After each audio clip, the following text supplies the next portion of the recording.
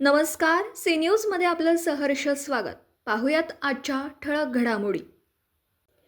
मिरजेतील प्रभाग क्रमांक 4 मधील राष्ट्रवादी काँग्रेस पक्षाचे अधिकृत उमेदवार सिद्धिताई पिसे, शिशिर जाधव, रेखा भगत तसेच राष्ट्रवादी काँग्रेस पुरस्कृत उमेदवार शैलेश देशपांडे यांच्या प्रचारासाठी शिवनेरी चौकात माजी खासदार संजय पाटील यांची जाहीर सभा आयोजित करण्यात आली होती.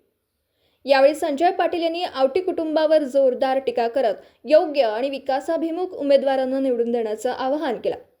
तसेच त्यांनी विरोधी पक्षातील सर्वच उमेदवारांवर टीका केली. या सभेला माजी नगरसेवक अनिल कुलकर्णी, जिल्हाध्यक्ष निशिकांत पाटील, उद्योजक शरद जाधव यांच्यासह नागरिक मोठ्या संख्येने उपस्थित होते.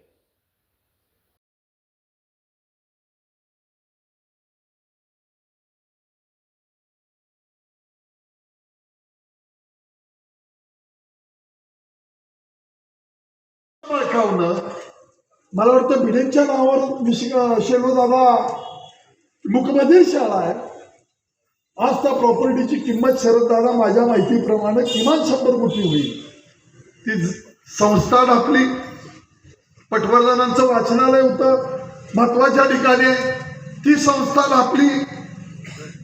त्या अशा चोर, बोगस, फालतू माणसांना आपण मतदान करायचं का, हा प्रश्न तुम्ही विचारला पाहिजे. अतिशय व्यसनी, लोकांना त्रास देणं, दबावाखाली आणणं हे यांचे धंदे आहे. आपणाला सत्सक विवेक बुद्धी जागी ठेवून विचार केला पाहिजे की आपण कुणाला मतदान करायचं आहे. शेवट म्हणतात ना की या सगळ्या गोष्टी पाहिल्या नाही तर या लोकांचा उन्माद होतो आणि तो आता आपल्याला पाहायला मिळायला लागलेला आहे. हिथं कुणाचं ऐकलं? अनिल भाऊ, मकरंद भाऊ बरेच वर्ष पार्टीमध्ये काम करतायत.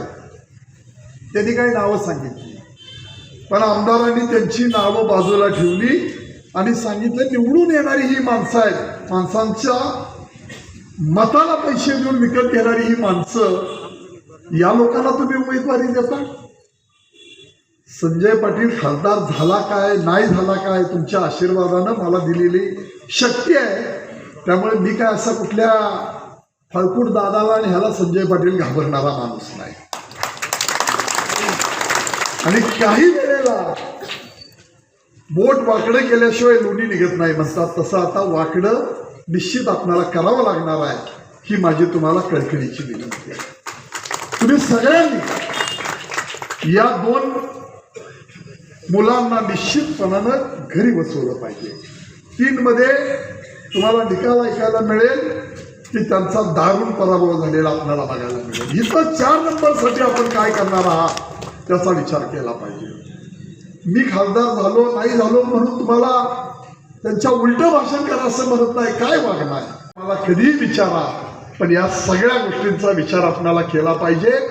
या भ्रष्टाचाराचं मूळ काही जी माणसं आहेत त्यामधली ही माणसं आहेत. नगरसेवकांना आत गेले की विकत घ्यायचं, स्टँडिंगला जायचं, 20% कमिशन खायचं, कॉन्ट्रॅक्टर लोकांच्या नरड्याला नट लावायचं, वेगवेगळ्या भूमिका घेऊन ही काम करणारी माणसं आपल्या पुढे येत आहेत. आपण यांना आता ओळखून खड्यासारखं बाजूला ठेवलं पाहिजे. ते करा एवढी विनंती करण्यासाठी मी आज या ठिकाणी पुन्हा सभेचं नियोजन करा म्हटलं. तुम्हाला ती विनंती करावी. या ठिकाणी समोर जेवढे आहेत तेवढेच इकडं आहेत, तेवढीच मंडळी इकडं आहेत. जर 2-3 हजार माणसं या ठिकाणी गोळा होत असतील, ही काय भाड्यानं आणलेली शैलेशदादा माणसं नाहीत, कुठलं तर टेम्पोनं आणलेली, हे सगळे तुम्ही उत्स्फूर्त मनानं आलेली माणसं आहात. तुम्ही एवढी कामगिरी करा, 50% महापालिकेतला भ्रष्टाचार कमी होईल एवढा तुम्हाला विश्वास देतो. पार्टी, पक्ष, नेता या सगळ्या गोष्टी नंतर आहेत. आपण पाठवलेला उमेदवार जर चांगला असेल, तो स्वच्छ चारित्र्याचा असेल, तर आपल्या परिसरामध्ये कामं होताना कुठलीही अडचण येणार नाही. आणि आम्ही सगळे बरोबर आहोत. जाणीवपूर्वक आम्ही लक्ष देऊन जी नालायक माणसं आहेत, जी बोगस आहेत, जी चोऱ्या करतात, जी कमिशन खातात, जे व्याभिचारी आहेत, भ्रष्टाचारी आहेत, अशा लोकांना बाजूला ठेवण्याचं आपल्याला काम केलं पाहिजे. आणि या प्रभागातून आपण ते करावं. तुम्ही कराल असा विश्वासही व्यक्त करतो. पुन्हा एकदा तुम्हाला सांगतो, की त्यांनी भाषणामध्ये कुठेतरी उल्लेख केला की आमच्या निरंजनकडे सुद्धा खूप गुंड माणसं आहेत. आता परमेश्वर कुठे मी काय बोलत नाही, पण तुम्हाला सांगतो कपडे सुद्धा अंगावर नीट राहणार नाही एवढं तुमच्या मागे लागतोय आपण.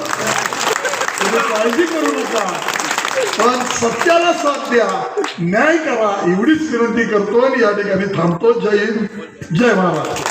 नक्कीच काका आपल्या